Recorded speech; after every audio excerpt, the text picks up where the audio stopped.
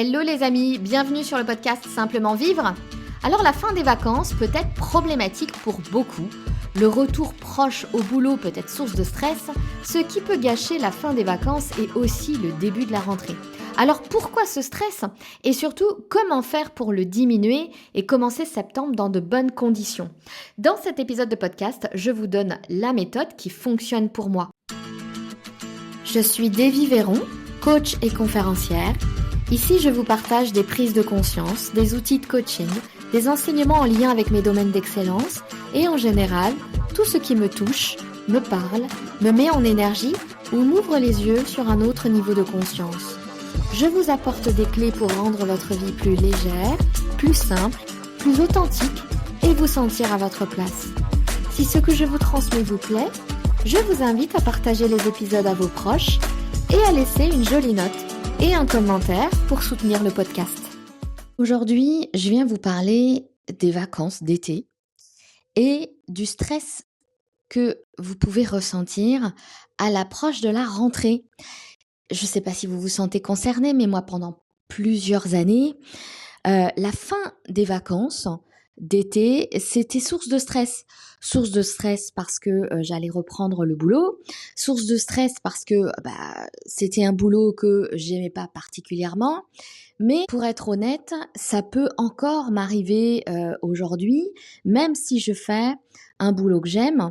La fin des vacances, ça peut être problématique. Alors pourquoi on a ces émotions désagréables à la fin des vacances, même quand on fait un boulot qu'on aime? Probablement parce qu'on a des choses à changer. Dans les précédents épisodes, je vous parlais d'émotions, de gestion d'émotions, d'être passé à l'action en fonction de l'émotion désagréable.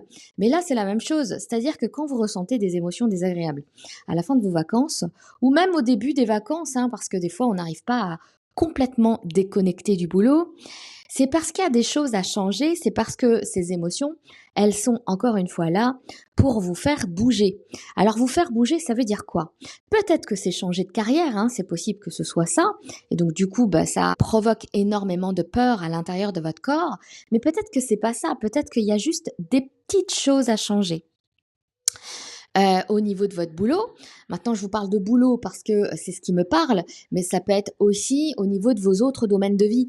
Peut-être que vous n'avez pas envie de rentrer de vacances parce que vous allez retrouver votre famille, parce qu'il va falloir s'occuper de vos parents, parce que il y a peut-être des grosses décisions que vous avez besoin de prendre à la rentrée. Et vous vous dites, là, moi, je suis en vacances, je vais profiter au maximum de mes vacances et puis je prendrai les décisions en septembre. Sauf que ce que je pense, moi, c'est que c'est pas la bonne solution. Parce que quand vous faites ça, vous restez dans un certain brouhaha mental à l'intérieur, même si vous refusez du coup d'y réfléchir pendant vos vacances, il y a quand même des pensées qui tournent en boucle à l'intérieur de votre esprit. Ça atteint votre corps, ça crée de la densité dans votre corps, ça crée du stress et de l'anxiété qui n'a pas lieu d'être. Surtout sur votre lieu de vacances. Donc moi, ce que je considère, c'est que les vacances ou ces moments de calme, quelque part, c'est juste des moments de calme qui nous font du bien, sont là, bien sûr, pour qu'on déconnecte, qu'on fasse du bien à notre corps, qu'on se ressource avec notre famille, si c'est ça votre but, bien entendu, mais aussi et surtout pour créer de l'espace à l'intérieur de notre corps et de notre esprit, pour trouver les bonnes solutions et commencer une nouvelle année de manière plus sereine. Voyez, moi, ça a toujours été le cas dans mon passé, à chaque fois que j'ai fait des longues pauses, et quand je vous parle de longues pauses, ça peut être des vacances, ou bien un congé maternité, ou bien le Covid. Donc ça, c'était la pause forcée. Alors c'est sûr, ça a été compliqué pendant le Covid, mais pendant le Covid, j'avais rien à faire. C'est-à-dire que je ne pouvais pas bosser. À ce moment-là, j'étais dans l'immobilier, donc je ne pouvais rien faire que de me concentrer sur moi. Alors j'ai fait énormément de sport, j'ai perdu du poids, j'ai fait plein de choses qui m'ont fait du bien pendant le Covid. Moi, ça a été super bénéfique le Covid pour moi. Et puis ça a été aussi le moment pour moi de changer de carrière, de me dire ok, je veux pas continuer là-dedans. C'est-à-dire que ce sont des moments, les moments de pause que vous pouvez avoir comme ça, les vacances ou des pauses prolongées de je ne sais quoi, sont des moments où, vous avez moins de stress forcément. Il y a plus de calme à l'extérieur de vous et donc plus de calme à l'intérieur de vous et sont des moments où vous avez beaucoup plus de clarté et beaucoup plus la capacité de prendre les bonnes décisions. C'est à ce moment-là que les bonnes décisions se prennent. Elles se prennent toujours dans des moments de calme et de sérénité. Donc en plus, si vous êtes en vacances, vous avez le lieu qui s'y prête, parce qu'on part pas dans un lieu de vacances qui nous plaît pas en général. Donc, si vous êtes comme moi, vous êtes à la mer. Enfin, j'y suis pas encore. Je vais y aller d'ici 2-3 jours. Je serai à la mer. Rien que d'y penser, ça me crée et de l'excitation et de l'enthousiasme et de la joie. Enfin, vous imaginez pas ce que ça me crée à l'intérieur de moi. Je pense que vous, c'est pareil. Avant de partir en vacances, vous n'attendez qu'une chose, d'être en vacances, d'être dans ce lieu idyllique qui va vous apporter beaucoup de bonheur. Donc, il y a le lieu qui s'y prête, tout s'y prête. Sauf que on a cette petite pensée que probablement certaines d'entre vous ont, parce que moi je l'ai eu pendant plusieurs années, de mes vacances, elles sont là pour que je profite au maximum de mes vacances et que je déconnecte. Alors oui, on peut déconnecter. Prenez-vous quelques jours pour déconnecter complètement de votre boulot. Mais à un moment donné, je suis certaine que vous pouvez vous prendre un minimum de temps pour réfléchir à votre boulot, pour réfléchir à votre vie professionnelle, parce que moi, je suis là pour vous parler de ça. Encore une fois, ça peut être autre chose. Ça peut être réfléchir sur votre vie de couple, réfléchir sur votre vie familiale, réfléchir à ce que vous allez bien pouvoir faire de vos parents âgés et malades. Je parle de tout ça parce que moi, je me pose la question en ce moment. Le moment est venu de me poser la question à propos de mes parents qui ont pas mal de problèmes de santé. Bref, il peut y avoir tout un tas de problématiques qui restent à l'intérieur de votre corps, qui tournent en boucle, même si vous voulez pas vous en occuper, ça vous bousille quand même un peu la tête, même si vous êtes en vacances, même si vous avez envie d'en profiter, même si vous vous dites que vous allez vous en occuper en septembre, c'est tout le temps là, c'est toujours là, et ça crée de plus en plus de densité dans votre corps. Donc moi, ce que je vous conseille, c'est de profiter de ce moment de calme, de profiter de cet espace que vous créez naturellement à l'intérieur de vous. Parce que c'est ça ce qu'on fait en vacances. Pourquoi ça nous plaît autant? Parce que on crée de l'espace pour autre chose que métro, boulot, dodo, pour reprendre l'ancienne expression. Bon, moi, ça... Petite interruption, mes amis, pour vous dire que vous avez la possibilité de récupérer la transcription intégrale de cet épisode et des suivants en vous abonnant gratuitement à ma newsletter.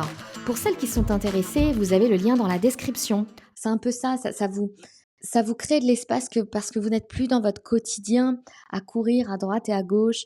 Et donc, du coup, comme ça crée de l'espace, là, vous êtes connecté à la bonne partie analytique de votre cerveau et vous êtes en capacité de prendre de bonnes décisions. Donc, profitez-en. En vacances, moi, ce que je fais, c'est me prendre systématiquement quelques minutes chaque jour pour ne rien faire du tout. Quand je vous dis rien, c'est vraiment rien, c'est-à-dire que vous ne mettez pas d'écouteurs dans vos oreilles pour écouter de la musique ou des podcasts, vous ne faites rien. Alors moi, en général, je me prends bien 30-45 minutes à ne rien faire du tout. Je sors, je me promène. Alors moi, je me promène toujours aux mêmes endroits parce que l'été, pour moi, c'est toujours les mêmes lieux. Il y a toujours l'Aveyron et puis il y a toujours l'île d'Oléron dans un deuxième temps. Donc là, je m'apprête à aller sur mon île préférée. Donc, je sais exactement où je vais. Il y a une jetée qui est juste magnifique avec le matin, le soleil se lève tout doucement. Donc, moi, ce que je fais, je profite de ce moment-là pour marcher et ne rien faire du tout. C'est-à-dire que j'écoute rien. Il y a le calme dans mes oreilles. J'entends peut-être un peu la mer, les bruits environnants, mais c'est tout. Il n'y a rien d'autre. Et ça me fait énormément de bien. Donc je vous invite à faire ça, ne rien avoir dans vos oreilles et juste aller vous promener, prenez-vous, allez 30 minutes, c'est pas énorme. Si vraiment ça vous paraît énorme parce que vous avez des enfants en bas âge qui a tout ça à s'occuper, c'est OK, prenez-vous 15 minutes. 15 minutes, c'est quand même faisable pour ne rien faire du tout. Et puis, pendant vos vacances, alors je ne sais pas combien de jours vous prenez pendant vos vacances, calez-vous une trentaine de minutes, pas plus, une trentaine de minutes pour réfléchir à votre business, à votre vie professionnelle ou au domaine de votre vie qui crée de la densité, qui crée du stress et de l'anxiété. Quel est le domaine de votre vie sur lequel vous avez besoin de réfléchir, sur lequel vous avez besoin de souffler quelque part, ça peut être ça. Moi, quand je suis stressée, avant de reprendre le boulot, c'est parce qu'il y a quelque chose dans mon boulot qui ne va pas. Alors bien sûr, je vous ai parlé de mes changements de carrière, mais là, je vous ai dit, ces derniers temps, ça peut m'arriver aussi de ressentir ces émotions désagréables en fin de vacances et même en début de vacances d'ailleurs. Mais dans ces cas-là, ça ne veut pas dire que je n'aime pas mon boulot. Ça veut dire que j'ai des choses à changer dans mon boulot. Des choses à changer. Qu'est-ce que j'ai à changer? C'est là-dessus que vous avez besoin de réfléchir. Ça peut être des petites actions à mettre en place. Rappelez-vous, l'émotion désagréable, elle est là pour vous mettre en action. Donc, réfléchissez au type d'action que vous pourriez mettre en place pour vous libérer l'esprit, pour améliorer votre business, pour vous sentir mieux à la rentrée et ne pas être en stress comme ça.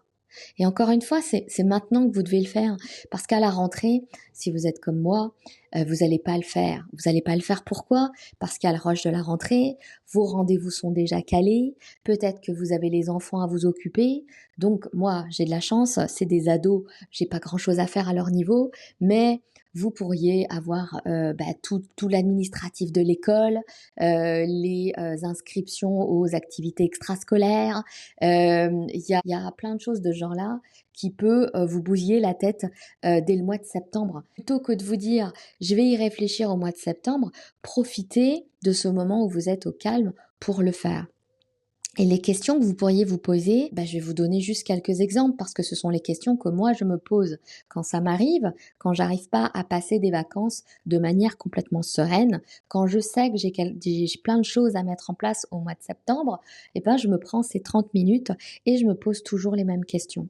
C'est-à-dire que je fais une sorte de bilan des derniers mois et je vais me demander ce qui a été et ce qui n'a pas été. Qu'est-ce qui a bien fonctionné? De quoi je peux être fière? Je commence toujours par cette question-là parce que ça me permet d'être dans un état de gratitude, parce que j'ai de la gratitude pour ce que j'ai mis en place, j'ai de la gratitude pour ce que j'ai réussi, j'ai de la gratitude pour les clients que je me suis attirée, j'ai de la gratitude pour plein de choses. Donc du coup, ça me met déjà dans une énergie élevée en commençant à réfléchir. Vous commencez par cette première question. Qu'est-ce qui a été durant ces derniers mois? Qu'est-ce qui a bien fonctionné? De quoi je peux être fière? Et puis ensuite, posez-vous sur ce qui n'a pas été. Quelles sont les petites choses qui n'ont pas été? Quelles sont les actions que j'ai mises en place que j'aurais pas dû mettre en place? Ou quelles sont les actions que j'aurais pu mettre en place mais que je n'ai pas faites? Quelles sont les peurs que j'ai eues?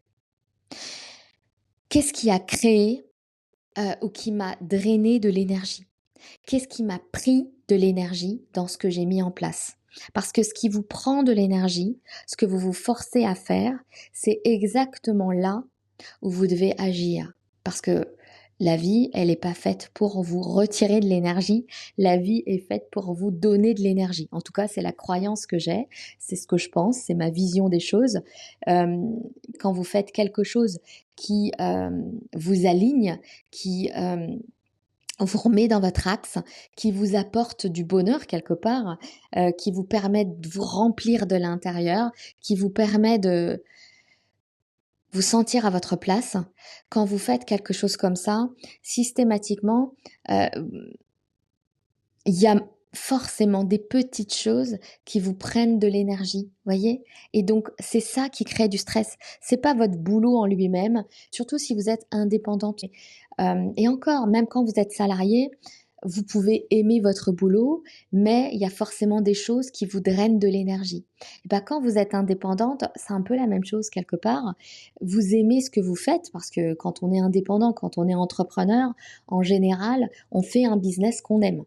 Maintenant, c'est pas parce qu'on fait un business qu'on aime qu'on n'est pas obligé de faire parfois des choses qu'on n'aime pas. Mais même quand on est obligé parfois de faire des choses qu'on n'aime pas, ces choses-là vont pas vous drainer énormément d'énergie. Ce qui va vous drainer énormément d'énergie, c'est les actions que vous forcez à mettre en place parce que vous avez peur de ne pas avoir assez de clients, peur de ne pas y arriver, peur de ne pas être assez légitime, sont vos peurs qui créent de la densité et qui vous poussent à faire des choses que vous ne devriez pas faire. Moi, c'est comme ça que je fonctionne. Des fois, je tombe dans ce travers je me force à faire des choses alors que je sais parfaitement au fond que je ne devrais pas les faire. Mais je l'ai fait pourquoi? Je l'ai fait parce que j'ai peur. Je l'ai fait parce que j'ai peur de ne pas faire assez de chiffres. Je l'ai fait parce que j'ai peur de ne pas avoir assez de clients. Alors, c'est quoi ces actions? Par exemple, je vais accepter un client qui n'est pas fait pour moi. Ce client, il a envie d'être coaché par moi, c'est OK. Il a envie de rentrer dans mon monde, c'est OK. Mais moi, je suis pas obligée de le rentrer. Si je vois qu'il va pas correspondre, si je vois que je suis pas faite pour lui. Vous voyez, c'est pas que je vais pas pouvoir l'aider. Je sais que je vais pouvoir le coacher, je sais que je vais pouvoir lui apporter des choses, mais il va rien m'apporter lui. C'est-à-dire que pour pouvoir vous aligner et vous sentir bien dans ce que vous êtes en train de faire, votre client doit vous correspondre. C'est pour ça qu'on parle de client cible, c'est pour ça qu'on parle de client idéal, etc. Quand vous avez un business, on vous parle de votre client idéal. Pourquoi? Parce que vous avez besoin de tenir sur la durée avec votre business. Donc vous ne pouvez pas vous occuper de clients qui vont vous prendre de l'énergie, qui vont pas vous correspondre, qui n'ont pas les mêmes valeurs que vous. Voyez? Et donc moi, ça m'arrive encore aujourd'hui de prendre des clients qui sont pas faits pour moi. Bon, de moins en moins quand même, parce que là cette année, j'ai envie de vous dire qu'il y en a eu qu'un seul, donc ça va, c'est pas énorme. Il y a encore 3-4 ans, je m'en prenais quand même pas mal parce que je prenais tous les clients qui venaient vers moi. J'étais tellement contente d'avoir des clients que je prenais tout le monde. Aujourd'hui, c'est plus le cas, je fais de la sélection, mais même en faisant de la sélection, des fois, je peux tomber là-dedans. C'est-à-dire que je vais sentir dès le départ que c'est pas le bon client, mais c'est quand même un coaching en plus, c'est quand même du chiffre en plus, et donc je vais le prendre quoi. Alors qu'en fait, tout me disait dès le premier visio, vous savez que avec moi, si vous avez envie de vous faire coacher par moi, le premier visio, il est complètement gratuit. C'est un visio de 30 à 45 minutes où on échange ensemble. Et donc dès le premier visio, je vais le sentir si vous me correspondez comme client ou pas. Mais voilà, je vais tomber dans mes travers de en même temps, il a l'air gentil, en même temps, il a l'air volontaire. Mais on s'en fout qu'il ait l'air gentil ou volontaire. L'idée, c'est pas de prendre des clients gentils et volontaires. L'idée, c'est de prendre les bons clients pour soi. L'idée, c'est de prendre les clients qui vont autant vous apporter que vous allez leur apporter. Ils vont vous apporter comment ces clients? Ils vont vous apporter du bonheur. Moi, mes clients aujourd'hui m'apportent du bonheur. Je n'ai pas de honte à le dire. Pourquoi elles m'apportent du bonheur, ces clientes? J'ai essentiellement des femmes, j'ai quelques hommes, mais majoritairement des femmes. Elles m'apportent du bonheur parce qu'elles me permettent d'évoluer dans ma profession, parce que elles me donnent envie de les coacher, parce que c'est toujours des problématiques différentes à chaque fois et j'ai l'impression d'aller chercher des choses. Moi, j'aime chercher, j'aime mettre en place de nouvelles techniques, j'aime m'améliorer, quoi. Et moi, mon client, il est là pour que je m'améliore, il est là pour que je me sente bien, mais c'est un client qui a besoin d'avoir quasiment les mêmes valeurs que moi. C'est comme ça que je me sens bien. Et donc, forcément, ce sont des clientes qui travaillent en confiance. Ce sont des bosseuses. Ce sont des... Vous voyez, en fait, elles ont un peu la même énergie que moi. Et donc, du coup, pour moi, c'est facile, léger, enthousiasmant de les coacher. Donc, vous, je ne sais pas quel business vous faites, mais demandez-vous si, en ce moment, si vous avez du brouhaha en vacances parce que vous avez peur de reprendre le boulot, peut-être que c'est juste une question de clients et que les clients que vous avez en ce moment sont pas les bons clients pour vous. Mais peut-être que c'est autre chose et que vous avez besoin de modifier votre stratégie business. Donc demandez-vous, qu'est-ce qui n'a pas été? C'est quoi les actions qui n'ont pas été ou les actions que j'aurais pu mettre en place? qu'est-ce que je peux bouger? Quelles décisions je peux prendre? Comment je peux améliorer mon business? Quelles sont les activités qui m'ont drainé de l'énergie et que je peux éventuellement déléguer? Parce qu'il y a ça aussi. Peut-être que vous vous forcez à tout faire par vous-même alors que vous devriez déléguer. Il y a peut-être plein de choses que vous pourriez déléguer. Ou peut-être que c'est pas dans votre boulot que vous pourriez déléguer, mais au niveau personnel. Moi, le jour où j'ai pris une femme de ménage chez moi, ça m'a retiré de la densité, vous imaginez pas? Parce que tout le temps que je perdais à faire le ménage chez moi, alors certes, je payais une femme de ménage. Ça me prenait de l'argent. Mais cet argent-là, quelque part, je le récupérais en énergie parce que au lieu de passer un temps fou à faire le ménage, parce que j'y passais le week-end, il y avait des jours, il y avait tout mon dimanche que je passais à faire le ménage, je m'en souviens, ou alors il y avait des soirs dans la semaine parce que j'ai changé du dimanche à un soir dans la semaine parce que je voulais absolument être tranquille le dimanche, mais bon, ça me créait tellement de densité. Le jour où j'ai pris une femme de ménage, ça m'a retiré un poids, c'est énorme. Du coup, je pouvais me mettre à bosser comme je voulais. Il y avait moins de stress. C'était propre chez moi. Donc, quand c'est propre chez moi, moi, je me sens plus apte à travailler. Je sais pas comment vous êtes vous, mais il y avait tout ça. Aujourd'hui, j'ai plus de femme de ménage pour être honnête parce que j'ai fait des coupes au niveau de mon budget, mais dès que je vais pouvoir en reprendre une, je vais en reprendre une, c'est une certitude, quoi. C'est une certitude. Bref, tout ça pour vous dire quoi? Tout ça pour vous dire de profiter de vos vacances pour créer de l'espace dans votre esprit et prendre les bonnes décisions. Parce que à partir du moment où vous allez vous prendre ces 30 minutes, vous avez vu, c'est pas grand-chose, 30 minutes pendant vos vacances. Même si vous ne partez que 4 jours en vacances, vous pouvez vous prendre 30 minutes pour réfléchir aux décisions à prendre à la rentrée. Prenez-vous ces 30 minutes. Et ces 30 minutes, elles ont toujours été salutaires pour moi parce qu'après avoir réfléchi sur ce que je pouvais mettre en place, allez pas jusqu'au bout, 30 minutes, vous n'avez pas le temps de fixer des objectifs, etc. Mais 30 minutes pour vous poser, mettre à plat ce qui a été, ce qui n'a pas été, et commencer à y réfléchir, ça vous suffit à vous libérer de vos émotions désagréables. Je vous assure, moi, ça fonctionne toujours à chaque fois que je le fais. Je compte bien le faire là quand je vais partir sur l'île d'Oléron. Je vais me prendre ces 30 minutes, possible aussi que je me prenne un peu plus de temps, moi, ça me pose pas de problème, pour réfléchir aux futures décisions que je vais prendre à partir de septembre. Et ça a toujours été les bonnes décisions pour moi. Ça m'a permis de m'aligner et surtout, ça m'a permis de commencer à chaque fois septembre dans de bonnes conditions. Pas stressée, pas anxieuse, pas dans le rush, rien de tout ça.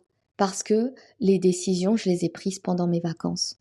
Et qu'ensuite, j'ai juste à mettre des actions en place et ça, c'est pas dur.